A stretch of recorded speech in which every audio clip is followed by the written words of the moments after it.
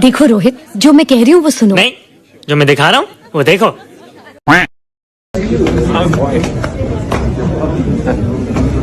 Nowadays you are active on Twitter.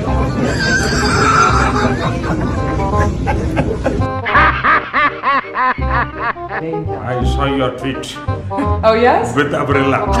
That's right. You have me on Twitter. Are you on Twitter? Yes.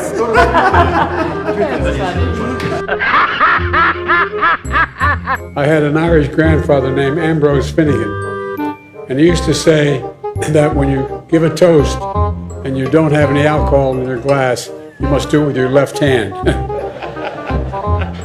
You think I'm kidding? I'm not.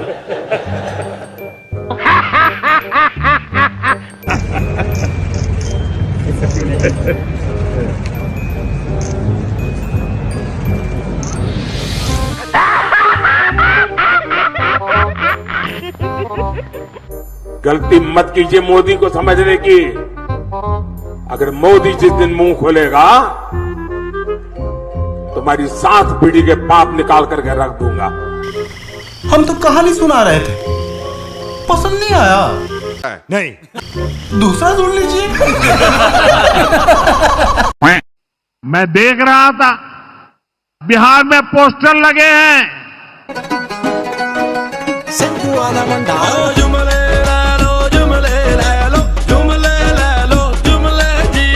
गजब बेइज्जती है।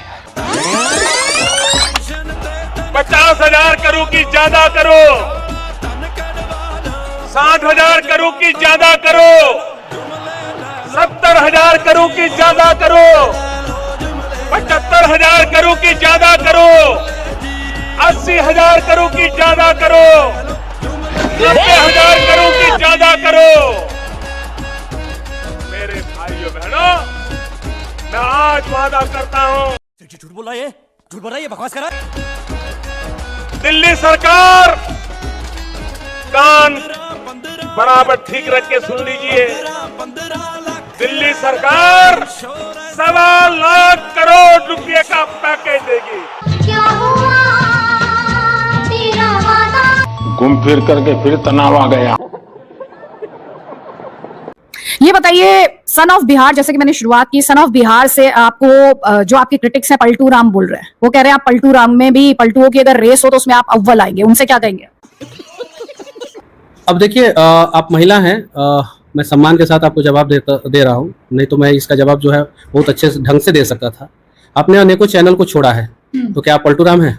अभी बता दे भाई, अभी बता दे। क्योंकि आपने मेरे से एक सवाल पूछा था, तो मेरा सवाल का आपने मुझसे पूछा क्या मैं पलटू राम हूँ। मैं पलटू राम नहीं हूँ, क्योंकि मैं किसी चैनल को डिफेंड नहीं करती थी। मैं एक चैनल को सिर्फ रिप्रेजेंट करती थी और खबर बताती थी। मैं एक प्रोफेशन में थी जिसमें अपने काम के साथ जस्टिस करना वो मेरी जिम्मेदारी थी। अरे देखिए, अगर आप कंट्रोवर्सी करना चाहती हैं तो मैं उस पर कुछ नहीं बोलूंगा। नहीं, मैं कोई कंट्रोवर्सी, आपने सवाल पूछा, मैंने ब्रांड बन गया। सवाल उठा रहा हूं। मैं क्रेडिबिलिटी पे सवाल नहीं उठा रहा हूँ। मैंने क्या बोला? अभी तो आपने कहा पैसे लेकर वो क्या क्या करते हैं मुझे। अरे मैंने ये बात नहीं बोला, मैंने आपके परिप्रेक्ष्य में वो बात बोला। हाँ, क्या मेरे परिप्रेक्ष्य? क्या मेरे परिप्रेक्ष्य? खत्म गया।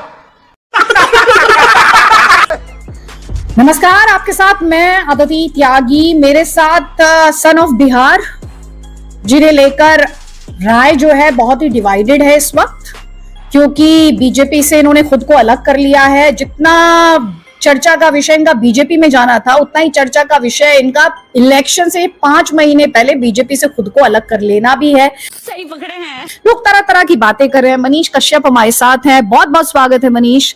सबसे पहले तो मैं आपको क्या कहूँ, इस वक्त आपको क्या कहूँ, यूट्यूबर कहूँ, नेता कहूँ, जर्नलिस्ट कहूँ, सोशल एक्टिविस्ट कहूँ, क्या कहूँ?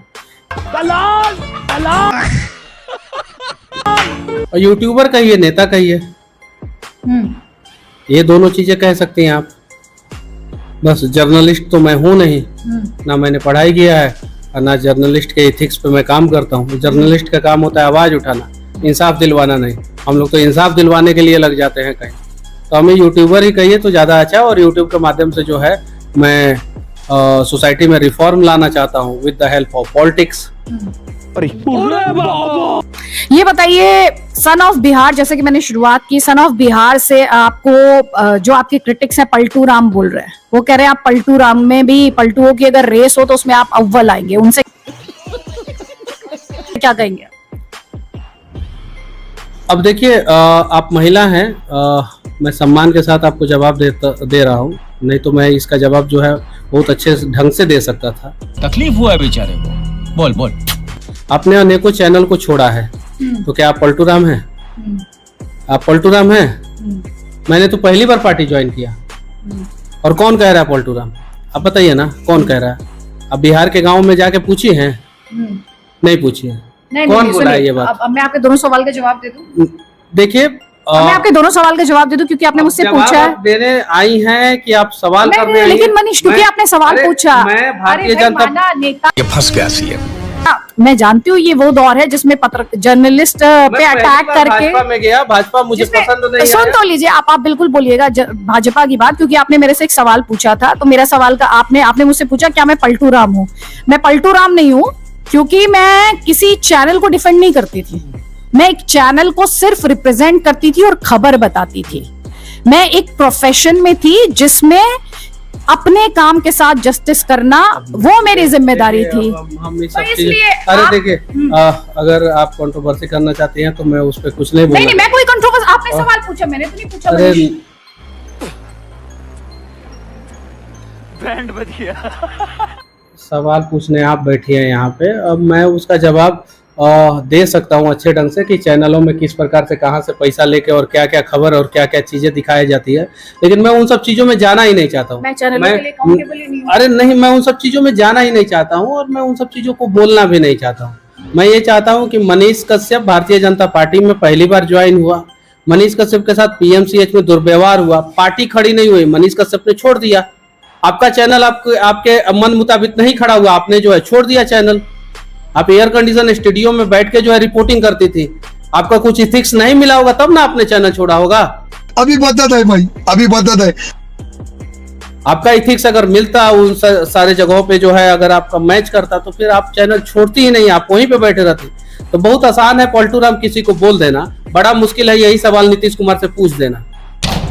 बोलने दे, तकलीफ हुआ है बेचारे को, बोल बोल। आपका माइक नहीं पहुंच पाएगा वहां तक। नहीं कोई बात। भारतीय जनता पार्टी कितना बार पलट के जो है नीतीश कुमार से गठबंधन की और छोड़ी, गठबंधन की छोड़ी, उनसे जो है सवाल नहीं पूछ पाइएगा। भारतीय जनता पार्टी ने जो है पीडीपी से गठबंधन कर लिया कश्मीर में, जिन पीडीपी के नेताओं को जो है पहले जो है वो लोग क्या कहते थे कि आतंकवादियों का समर्थक और भी ना जाने फलाना ठिकाना, उनसे नहीं पूछेगा। लेकिन एक गरीब परिवार का लड़का जो है एक बार पार्टी ज्वाइन कर लिया तो उस पर तरह तरह के आरोप जो है आप लोग जरूर लगाइएगा।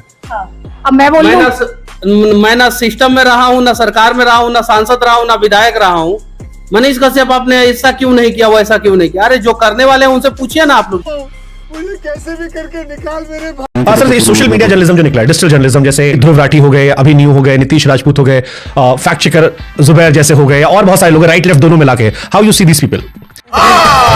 ये देखना पड़ेगा कि इनके काम में मिलावट कितनी है, क्या ये न्यूट्रल है, क्या ये अपने काम में ईमानदार है, ये देखना पड़ेगा।